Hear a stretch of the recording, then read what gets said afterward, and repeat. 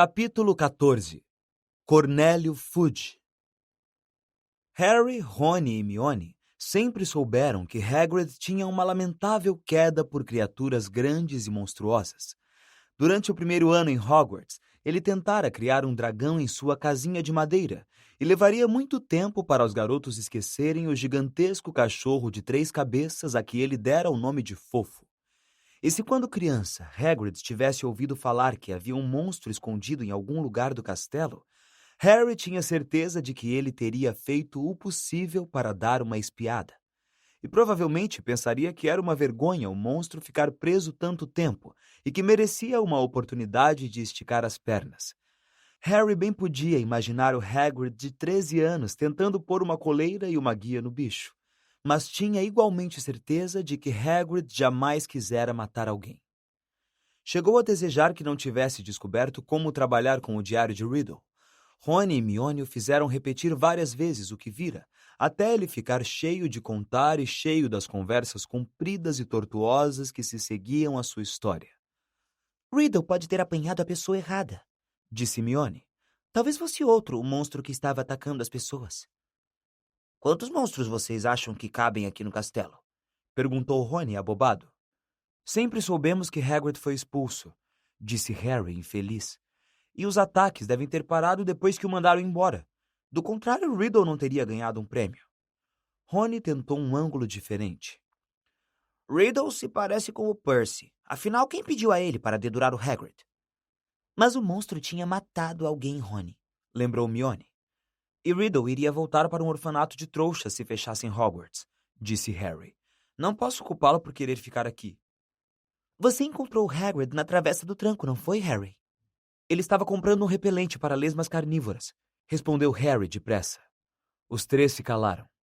Passado muito tempo, Hermione deu voz à pergunta mais cabeluda num tom hesitante. Vocês acham que devemos perguntar ao Hagrid o que aconteceu? Ia ser uma visita animada, disse Rony. Olá, Hagrid, conte para a gente. Você andou soltando alguma coisa selvagem e peluda no castelo ultimamente? Por fim, eles resolveram não dizer nada a Hagrid, a não ser que houvesse outro ataque. E como muitos e muitos dias se passaram sem sequer um sussurro da voz invisível, começaram a alimentar esperanças de que nunca precisariam perguntar a ele os motivos de sua expulsão. Fazia agora quase 4 meses desde que Justino e Nick, quase sem cabeça, tinham sido petrificados, e quase todo mundo parecia pensar que o agressor, fosse quem fosse, tinha se retirado para sempre. Pirraça finalmente se cansara do seu refrão "A Potter podre". Ernie Macmillan pediu certo dia a Harry, com muita educação, para lhe passar um balde de sapos saltitantes na aula de herbologia, e em março várias mandrágoras deram uma festa de arromba na estufa 3, o que deixou a professora Sprout muito feliz. Na hora em que começarem a tentar se mudar para os vasos umas das outras, então saberemos que estão completamente adultas, explicou ela a Harry. Assim poderemos ressuscitar aqueles pobrezinhos na ala hospitalar. Os alunos do 2º ano receberam algo novo em que pensar durante os feriados de Páscoa. Chegara a hora de escolher as matérias para o 3º ano, um assunto que pelo menos Hermione levou muito a sério. Pode afetar todo o nosso futuro, disse a Harry e Rony enquanto examinavam as listas das novas matérias, marcando-as com tiques.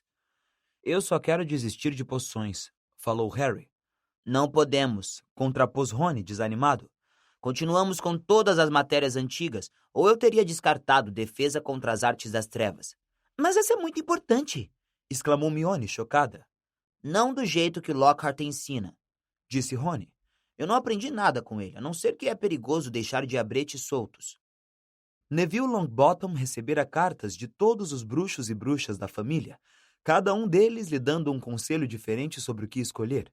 Confuso e preocupado, ele se sentou para ler as listas de matérias com a língua de fora, perguntando às pessoas se achavam que a aritmancia parecia mais difícil do que o estudo das runas antigas. Dino Thomas, que como Harry crescera entre trouxas, por fim fechou os olhos e ia apontando a varinha para a lista e escolhendo as matérias em que ela tocava. Hermione não pediu conselho de ninguém, matriculou-se em todas. Harry sorriu constrangido em pensar o que o tio Walter e a tia Petúnia diriam se ele tentasse discutir sua carreira de bruxo com os dois. Não que ele não recebesse nenhuma orientação. Percy Weasley estava ansioso para compartilhar com ele a experiência que tinha. Depende aonde você quer chegar, Harry, disse. Nunca é cedo demais para pensar no futuro, por isso eu recomendo adivinhação. As pessoas dizem que estudo dos trouxas é moleza, e pessoalmente acho que os bruxos deviam ter uma compreensão total da comunidade não mágica, particularmente se estão pensando em trabalhar em contato com eles. Olha só, meu pai, tem que tratar de assuntos dos trouxas o tempo todo. Meu irmão Carlinhos sempre foi uma pessoa que gostou do ar livre, por isso se especializou na criação de criaturas mágicas. Favoreça suas inclinações, Harry. Mas a única coisa em que Harry se achava muito bom era no quadribol. Por fim, ele acabou escolhendo as mesmas matérias novas que Rony, achando que se fosse mal, pelo menos teria um amigo para ajudá-lo. O jogo seguinte da Grifinória seria contra a Lufa-Lufa. Wood insistia em fazer treinos todas as noites depois do jantar, de modo que Harry mal tinha tempo para mais nada, exceto o quadribol e os deveres de casa. Entretanto, os treinos estavam mais amenos, ou pelo menos estavam mais secos, e na véspera do jogo de sábado, ele foi ao dormitório guardar a vassoura, sentindo que as chances da Grifinória para a taça de quadribol nunca tinham sido maiores. Mas sua animação não durou muito. No alto da escada para o dormitório, ele encontrou Neville Longbottom, que parecia transtornado. Harry, não sei quem fez aquilo. Acabei de encontrar. Olhando para Harry amedrontado, Neville abriu a porta. O conteúdo do malão de Harry estava espalhado por todos os lados. Sua capa estava rasgada no chão, as roupas de cama tinham sido arrancadas, a gaveta puxada do armário ao lado da cama e seu conteúdo espalhado em cima do colchão. Harry aproximou-se da cama boquiaberto, pisando em cima de umas páginas soltas de Viagens com Trasgos. Enquanto ele e Neville rearrumavam a cama, Rony, Dino e Simas entraram. Dino disse um palavrão em voz alta. O que aconteceu, Harry? Não faço ideia, disse Harry, mas Rony examinava as vestes de Harry. Todos os bolsos tinham sido revirados. Alguém andou procurando alguma coisa, disse Rony. Tem alguma coisa faltando? Harry começou a apanhar as coisas e a atirá-las para dentro do malão. Somente quando ele atirou o último livro de Lockhart foi que se deu conta do que estava faltando. O diário de Riddle desapareceu, disse em voz baixa a Rony. Que? Harry indicou com a cabeça a porta do dormitório e Rony o seguiu para fora. Juntos desceram correndo até a sala comunal da Grifinória, quase vazia àquela hora, e se reuniram a Mione, que estava sentada sozinha lendo um livro chamado Runas Antigas Sem Mistérios. Mione ficou perplexa com as notícias. Mas só outro aluno da Grifinória poderia ter roubado. Ninguém mais sabe a senha. Exatamente, disse Harry. Eles acordaram na manhã seguinte com um sol radioso e uma brisa leve e fresca. Condições perfeitas para o quadribol! Exclamou Wood, entusiasmado à mesa da Grifinória, enchendo os pratos dos jogadores com ovos mexidos. Harry, mexa-se! Você precisa de um café da manhã decente! Harry estivera observando a mesa da Grifinória cheia de alunos, imaginando se o novo dono do diário de Riddle estaria ali, bem diante dos seus olhos. Mione andou insistindo que ele comunicasse o roubo, mas Harry não gostou da ideia. Teria que contar a um professor tudo o que sabia sobre o diário. E quantas pessoas sabiam por que Hagrid fora expulso há 50 anos? Não queria ser a pessoa a trazer tudo à tona de novo. Quando saiu do salão principal com Rony e Mione para ir apanhar o equipamento de quadribol, mais uma preocupação muito séria se somou à sua lista crescente. Tinha acabado de pôr o pé na escadaria de mármore quando ouviu outra vez. Matar desta vez. Me deixe cortar. Estraçalhar. Ele deu um grito alto e Rony e Mione saltaram para longe, assustados. A voz! Disse Harry, espiando por cima do ombro. Acabei de ouvi-la de novo. Vocês não ouviram? Rony sacudiu a cabeça, os olhos arregalados. Mione, porém, deu uma palmada na testa. Harry, acho que acabei de entender uma coisa. Tenho de ir até a biblioteca. E deixando os amigos, subiu as escadas correndo. Que é que ela entendeu? Perguntou Harry distraído, ainda olhando à volta, tentando descobrir de onde vinha a voz. Muito mais do que eu, disse Rony, sacudindo a cabeça. Mas por que ela tem de ir à biblioteca? porque é isso que Mione faz, disse Rony, sacudindo os ombros. Quando tiver uma dúvida, vá à biblioteca. Harry ficou parado, indeciso, tentando ouvir a voz novamente. Mas os alunos agora vinham saindo do salão principal às suas costas, falando alto, dirigindo-se à porta da frente a caminho do campo de quadribol. É melhor você ir andando, disse Rony. São quase 11 horas, o jogo. Harry correu até a torre da Grifinória, apanhou sua Nimbus 2000 e se juntou à multidão que atravessava os jardins, mas sua cabeça continuava no castelo com a voz invisível, e enquanto vestia o uniforme vermelho no vestiário, seu único consolo era que todo mundo estava lá fora para assistir ao jogo. Os times entraram em campo sob aplausos estrondosos. Olivia Wood decolou para um voo de aquecimento em volta das balizas. Madame Hooch lançou as bolas. Os jogadores da Lufa-Lufa, que jogavam de amarelo canário, estavam amontoados num bolinho, discutindo táticas de última hora. Harry ia montar a vassoura quando viu a professora McGonagall vir decidida em sua direção, quase correndo, com um enorme megafone púrpura na mão. O coração de Harry sofreu um baque violento. O jogo foi cancelado! A professora McGonagall anunciou pelo megafone, dirigindo-se ao estádio. Ouviram-se vaias e gritos. Olivia Wood, arrasado, pousou e correu para a professora sem desmontar da vassoura. — Mas, professora! Gritou. — Temos que jogar a taça! Grifinória! McGonagall não lhe deu atenção e continuou a falar pelo megafone. Todos os alunos devem se dirigir às salas comunais de suas casas, onde os diretores das casas darão maiores informações. O mais rápido que puderem, por favor! Então baixou o megafone e chamou Harry. — Potter, acho que é melhor você vir comigo. Imaginando como é que ela poderia suspeitar dele desta vez, Harry viu Rony se separar da multidão que reclamava, correu para os dois que já iam a caminho do castelo. Para surpresa de Harry, a professora não fez objeção. — talvez seja melhor você vir também, Weasley. Alguns alunos que caminhavam perto deles reclamavam do cancelamento do jogo. Outros pareciam preocupados. Harry e Rony acompanharam a professora McGonagall de volta à escola e subiram a escadaria de mármore, mas não foram levados à sala de ninguém desta vez. — Vai ser um pouco chocante para vocês, disse a professora McGonagall, num tom surpreendentemente gentil, quando se aproximavam da enfermaria. Houve mais um ataque duplo. As entranhas de Harry deram uma terrível cambalhota.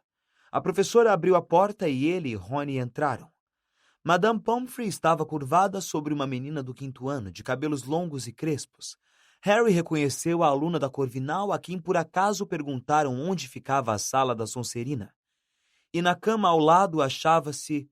Mione! Gemeu Rony. Mione estava deitada absolutamente imóvel, os olhos abertos e vidrados.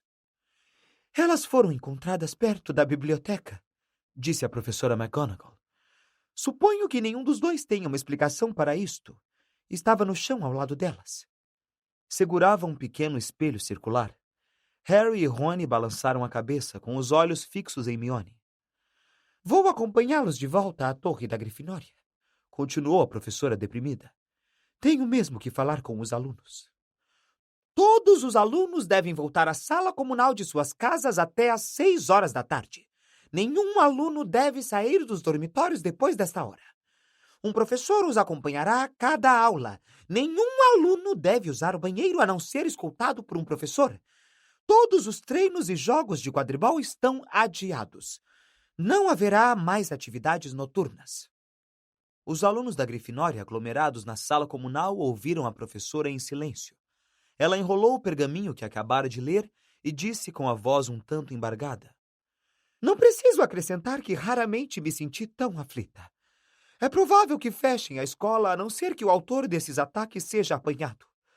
Eu pediria a quem achar que talvez saiba alguma coisa que me procure. Foi ela sair um tanto desajeitada pelo buraco do retrato e os alunos começarem a falar imediatamente. São 2 alunos da Grifinória atacados, sem contar o nosso fantasma, um aluno da Corvinal e um da Lufa-Lufa, disse o amigo dos gêmeos Weasley, Lino Jordan, contando nos dedos. Será que nenhum professor reparou que os alunos da Sonserina não foram tocados? Não é óbvio que essa coisa toda está vindo da Sonserina? O herdeiro de Slytherin, o monstro da Sonserina. Por que é que eles não mandam embora todo o pessoal da Sonserina? Vociferou ele em meio a acenos de concordância e aplausos. Percy Weasley estava sentado em uma poltrona atrás de Lino, mas desta vez não parecia ansioso para dizer o que pensava. Parecia pálido e atordoado. Percy ficou em estado de choque, disse George a Harry baixinho. Aquela menina da Corvinal, Penelope Clearwater, é monitora. Acho que ele não pensou que o monstro se atrevesse a atacar um monitor. Mas Harry só estava ouvindo com metade da atenção. Não estava conseguindo se livrar da visão de Hermione deitada na cama de hospital como se tivesse sido talhada em pedra. E se o culpado não fosse apanhado logo, o que o aguardava era uma vida com os Dursley. Tom Riddle entregara Hagrid porque teria que enfrentar um orfanato de trouxas se a escola fechasse. Harry agora sabia exatamente o que ele sentira. Que é que vamos fazer? Perguntou Rony baixinho ao ouvido de Harry. Você acha que eles suspeitam de Hagrid? Precisamos ir falar com ele, disse Harry decidindo-se. Não posso acreditar que desta vez ele seja o culpado, mas se soltou o monstro da última vez, saberá como entrar na Câmara Secreta. E isto é um começo. Mas McGonagall disse para ficarmos em nossa torre, a não ser na hora das aulas. Acho, disse Harry mais baixinho ainda, que está na hora de tirar outra vez da mala a velha capa do meu pai. Harry herdara somente uma coisa do pai, uma longa capa de invisibilidade prateada. Era a única chance que tinham de sair escondidos da escola para visitar Hagrid sem ninguém ficar sabendo. Assim, foram se deitar na hora de costume, esperaram até Neville, Dino e Simas pararem de discutir sobre a Câmara Secreta e irem finalmente dormir, então se levantaram, vestiram-se outra vez e jogaram a capa por cima dos dois. A viagem pelos corredores escuros e desertos do castelo não foi um prazer. Harry, que perambulara pelo castelo à noite várias vezes antes, nunca os vira tão cheios depois do pôr do sol. Professores, monitores e fantasmas andavam pelos corredores aos pares, olhando tudo atentamente à procura de alguma atividade em comum. A capa da invisibilidade não os impedia de fazer barulho, e houve um momento particularmente tenso em que Rony deu uma topada a poucos metros do lugar onde Snape estava montando guarda. Felizmente, Snape espirrou quase ao mesmo tempo que Rony xingou. Foi com alívio que chegaram às portas de entrada e as abriram devagarinho. Fazia uma noite clara e estrelada. Eles correram em direção às janelas iluminadas da casa de Hagrid e despiram a capa somente quando estavam à sua porta de entrada.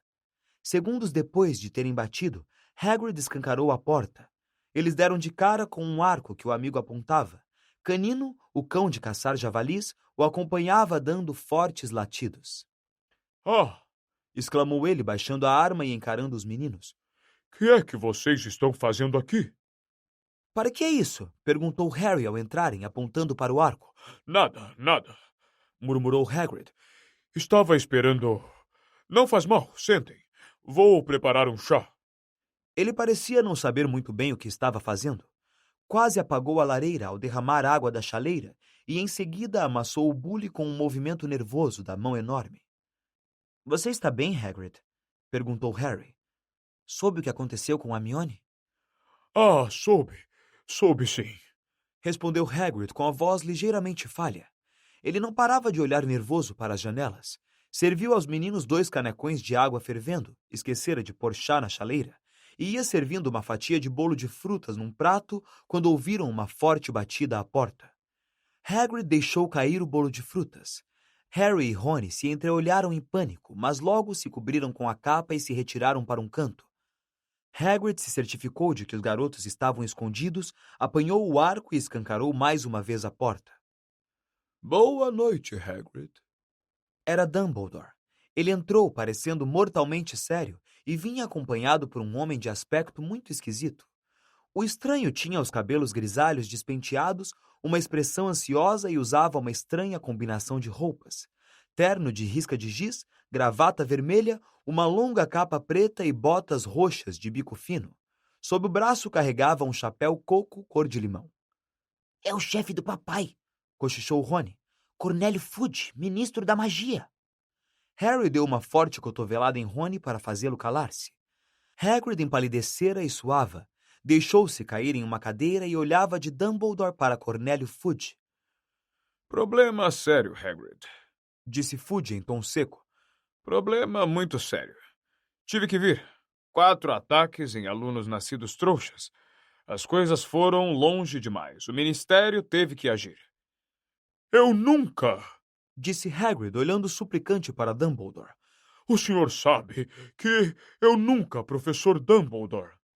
Quero que fique entendido, Cornélio, que Hagrid goza de minha inteira confiança, disse Dumbledore, fechando a cara para Fudge.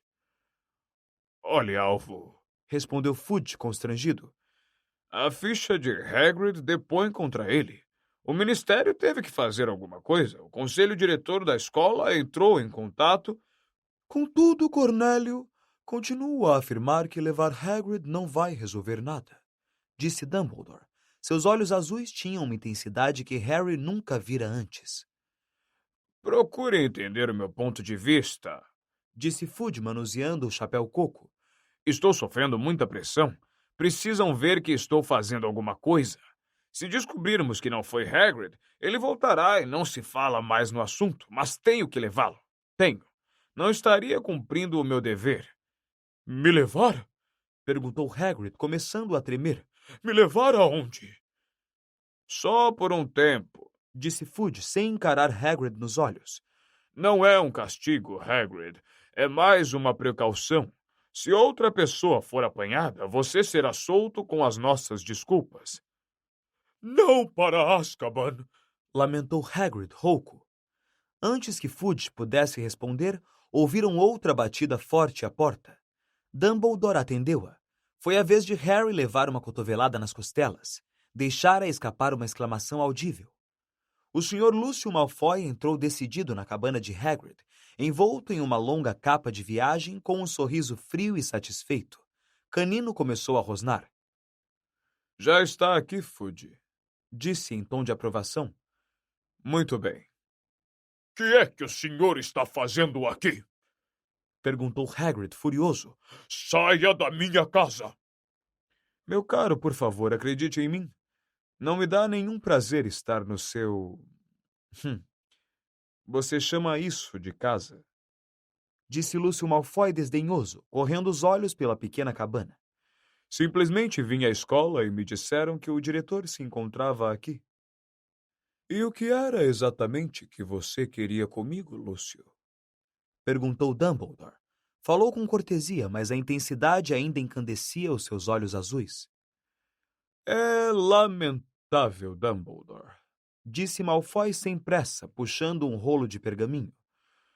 Mas os conselheiros acham que está na hora de você se retirar.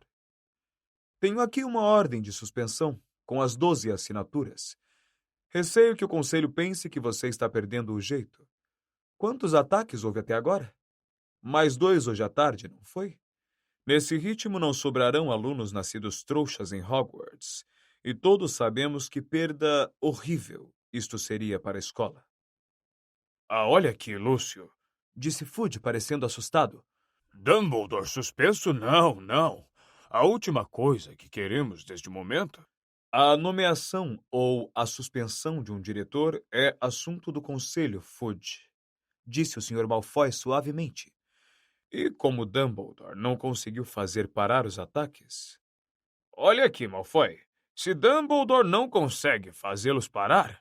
disse Fudge, cujo lábio superior estava úmido de suor. Eu pergunto, quem vai conseguir? Isto resta ver, disse o Sr. Malfoy com um sorriso desagradável. Mas como todo o conselho votou? Hagrid levantou-se de um salto, a cabeça desgrenhada raspando o teto. E quantos você precisou ameaçar e chantagear para concordarem, hein, Malfoy? Vociferou. Ai, sabe, esse seu mau gênio ainda vai lhe causar problemas um dia desses, Hagrid, disse o Sr. Malfoy. Eu aconselharia você a não gritar assim com os guardas de Azkaban. Eles não vão gostar nadinha. Você não pode afastar Dumbledore! Gritou Hagrid, fazendo o Canino se agachar e choramingar no cesto de dormir. Afaste ele e os alunos nascidos trouxas não terão a menor chance. Vai haver mortes em seguida. Acalme-se, Hagrid, ordenou Dumbledore. Virou-se então para Lúcio Malfoy. Se o conselho quer que eu me afaste, Lúcio, naturalmente eu vou obedecer. Mas... gaguejou Fudge. Não!